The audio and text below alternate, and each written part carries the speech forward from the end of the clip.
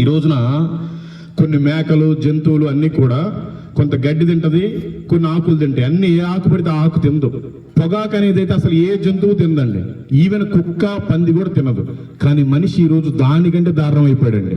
ఒక పంది తిన్న పొగాకుని ఈ రోజున మనిషి తింటున్నాడు. ఒక కుక్క కూడా తిన్న పొగాకుని ఈ రోజున మనిషి నవ్వుతున్నాడు. అది చాలా తప్పు. దేవుడు మన హృదయాన్ని తయారు చేసుకున్నాడు, ఆయన నివాసం ఉంటున్నాడు. మన దేహం అంతా కూడా ఆయన ఆలయం. ఆయన ఆలయాన్ని మనం పాడు చేయకూడదు. కాబట్టి ఎవరు మీరు సిగరెట్లు, బీడీలు, పొగాకులు తినబాకండి, తాగబాకండి, క్యాన్సర్ని తెచ్చుకోబాకండి. మీరుండే పేద స్థితిలో మీకు క్యాన్సర్ కానీ ఇంకేదైనా రోగాలు కానీ వస్తే హాస్పిటల్ పెట్టడానికి ఏ డబ్బులు సరిపోవండి. నీకున్న ఆస్తి ఏదైనా ఒకవేళ పొలం ఉన్నా కూడా నీకు అమ్మినా కూడా సరిపోవు. అందుకని దయచేసి అలాంటివి చేయబాకండి. యేసు రక్తంలో కడగబడితే మాత్రమే మన పాపాలన్నీ కూడా తీర్చబడతాయి, మన పాపాలన్నీ కూడా క్షమించబడతాయి. మన పాపంలోనే బ్రతికితే ఏమవుతుంది?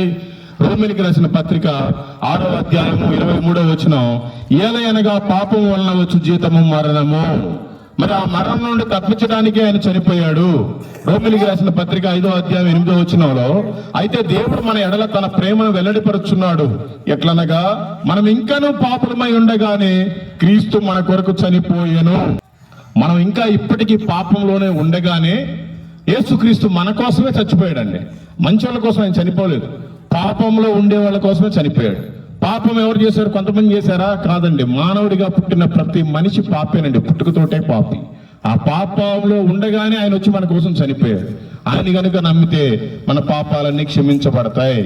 ఇంకా చెప్పాలంటే చాలా ఉన్నాయిలేండి, ఇవన్నీ కాదు. కానీ మీరు దయచేసి యేసు ప్రభు నిజదేవుడని తెలుసుకోండి. మీ జీవితంలో అప్పులు ఉన్నాయా, అనారోగ్యాలు ఉన్నాయా, ఇంకేదో బాధలు ఉన్నాయా, అవన్నీ కూడా దేవుడి చిత్తమైతే మొత్తం తీసేస్తాడు.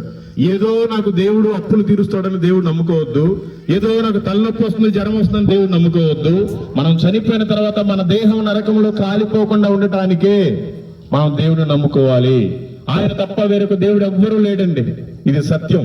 కానీ ఈ రోజున మానవుడు నిజమైన తండ్రి మన దేవుడు ఎవరనేది గుర్తుపట్టకుండా, మన ఇంట్లో నాన్నను పెట్టుకొని నాన్నని పిలవకుండా పక్కనింటి వాళ్ళ దగ్గరికి వెళ్ళి నాన్న అని పిలిస్తే నిజమైన తండ్రికి కోపం వస్తుందా? రాదండి.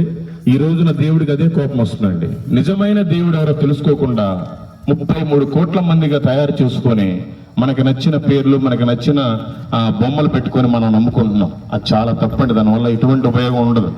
నిజమైన దేవుడు అయితే మనతోటి ఎప్పుడు మాట్లాడతాడండి.